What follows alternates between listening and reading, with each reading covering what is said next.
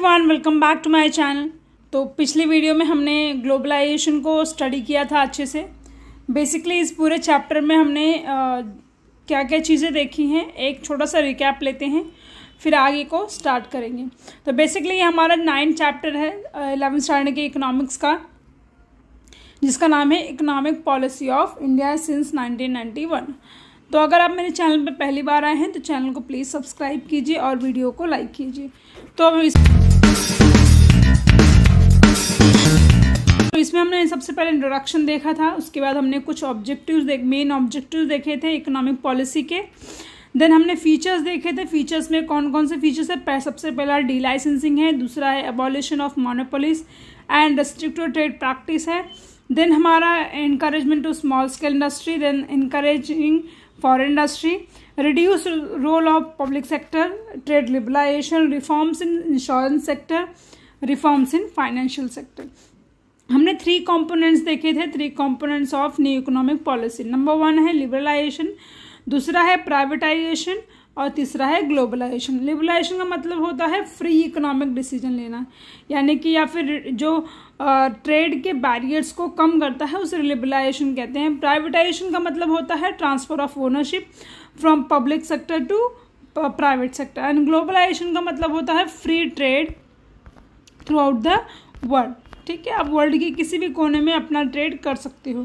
तो लास्ट जो टॉपिक था हमारा ग्लोबलाइजेशन था। ग्लोबलाइजेशन में हमने मीनिंग देखा था, इसके कौन कौन से मेजर्स है जो गवर्नमेंट ने लिए हैं। तो सबसे पहला मेजर है इसमें हमारा रिमूवल ऑफ क्वांटिटेटिव रिस्ट्रिक्शन, यानी कि जो कितना अमाउंट ऑफ में कितनी अमाउंट ऑफ क्वांटिटी में आप एक्सपोर्ट या इम्पोर्ट कर रहे हो उसके रेस्ट्रिक्शन को हटाया गया।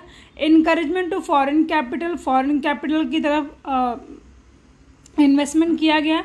कन्वर्टिबिलिटी ऑफ रुपीज, जब फॉरेन एक्सचेंज होता है and at that point of time जो मनी का एक्सचेंज होता है तो कोई फॉरेन करेंसी जो है वो मनी में इंडियन रुपी में कन्वर्ट करना, that is simply known as convertibility of rupees. ठीक है, नेक्स्ट आएगा फॉरेन कोलैबोरेशन, यानी कि फॉरेन कोलैबोरेशन का मतलब होता है जब आप किसी बाहर देश की कंपनी के साथ कोलैबोरेट करके बिजनेस को एनलार्ज करते हो तो उसे फॉरेन कोलैबोरेशन कहा जाता है। नेक्स्ट आता है फॉरेन ट्रेड पॉलिसी। तो उसमें कुछ पॉलिसीज थी, सबसे पहले लिबरलाइज पॉलिसी थी, फिर removal of restriction on trade policy थी and encouragement of foreign collaboration. Next है हमारा इनकरेजमेंट टू एक्सपोर्ट। तो इवोल्यूशन ऑफ नेक्स्ट आता है हमारा इवोल्यूशन ऑफ इकोनॉमिक पॉलिसी। तो ये आज का हमारा टॉपिक होने वाला है कि किस तरीके के इवोल्यूशन आए। ठीक है, उसमें मेजर अचीवमेंट्स क्या थे गवर्नमेंट के। चलो 1 by 1 डिस्कस करते हैं। तो नंबर 1 है रिवॉल्यूशन इन आईटी सेक्टर, यानी कि जो सबसे बड़ा पहला अचीवमेंट था वो आईटी सेक्टर में आया। So globalisation has created an revolution in the IT sector. It has contributed to India's gross domestic product. Indian software engineering are high demand in developed country like USA, UK and France। तो सबसे पहला जो ज़्यादा development हुआ वो IT sector में हुआ, यानी कि वर्ल्ड वाइड आईटी सेक्टर का ग्रोथ होने की वजह से वर्ल्ड वाइड जो हमारे जीडीपी है, जो हमारे इंडिया की जीडीपी है उसमें इंकरेजमेंट देखा लगा, यानी कि उसका कंट्रीब्यूशन बढ़ गया। और जो हमारे देश की सॉफ्टवेयर टेक्नोलॉजीज थी वो बाहर देश में ज़्यादा डिमांडेड होने लगी, जैसे कि यहाँ पे एग्जांपल भी दिया है USA, UK, फ्रांस। नेक्स्ट आता है improvement in financial facility.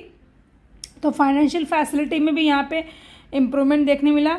Due to entry of private and foreign banks, financial sector has become highly professional and competitive. So they are providing quick service through credit cards, e banking and there the customers, यानी कि जो उनके customers होते थे उनको अगर किसी भी तरीके की क्रेडिट की ज़रूरत पड़ती थी, यानी कि पैसे की ज़रूरत पड़ती, फंड की ज़रूरत पड़ती थी, तो just because of private companies, private banks थी वो हमारे प्राइवेट बैंक आने की वजह से या फॉरेन बैंक आने की वजह से जो फाइनेंशियल सेक्टर था वो थोड़ा सा प्रोफेशनल और कॉम्पिटिटिव हो गया। ठीक है, नेक्स्ट आता है इम्प्रूवमेंट इन एजुकेशनल स्टैंडर्ड, यानी कि जो एजुकेशन का सेक्टर था उसमें भी इम्प्रूवमेंट देखा जाने लगा। So globalisation has motivated Indian student to go abroad and seek their high education as an effect to flexible in getting educational loans, scholarship and other required facilities. यानी कि आप अगर भारत में नहीं पढ़ना चाहते हो, भारत के बाहर जाकर आप अपने हायर स्टडी को कंप्लीट करना चाहते हो, तो गवर्नमेंट ने ये आपको फ्लेक्सिबल और एजुकेशनल लोन के थ्रू थोड़ा सा इजी किया, स्कॉलरशिप के थ्रू इजी किया, और जो भी रिक्वायर्ड फैसिलिटीज़ थी उसके थ्रू भी बेटरमेंट किया। The next is increase in export. अभी देखो एक्सपोर्ट जब ज़्यादा होता है तब हमारा जो जीडीपी है वो बढ़ता है, क्योंकि जब जितनी ज़्यादा कमोडिटीज़ को हम एक्सपोर्ट करते हैं उतना फॉरेन करेंसी हमारे देश में आती है।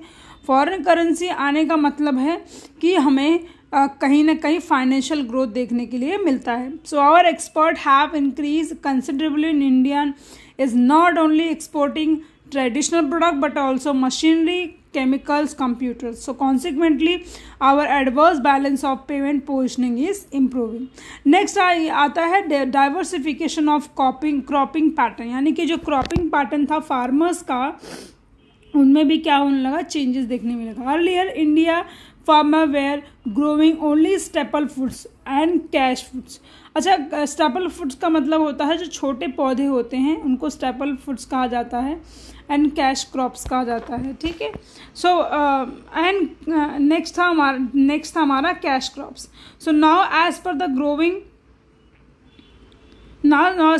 requirement of globalization they have diversified their cropping pattern from traditional to non-traditional products. So they are developing. अब उन्होंने और भी चीज़ों में डेवलपमेंट लाया, जैसे कि यहाँ पे है हॉर्टिकल्चर है, फ्लोरिकल्चर है एंड मेडिकल प्लांट्स है, ठीक है। ये सारी चीज़ों की भी क्रॉपिंग होना स्टार्ट हो गई है। नेक्स्ट आता है solve the problem of scarcity, यानी कि जो चीज़ें हमारे मार्केट में स्केयर बाय नेचर थी, यानी कि जो चीज़ें स्कैरसिटी को प्रॉब्लम फेस करती थी, उनमें भी यहाँ पे इम्प्रूवमेंट देखने मिला, ठीक है।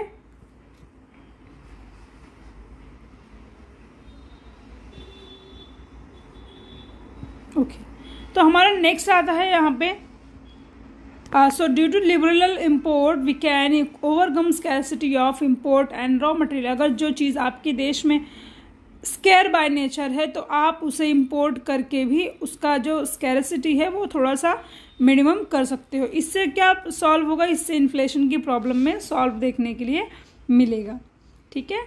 अब इसमें कौन कौन से मेजर फेलियर्स थे वो हम देखेंगे।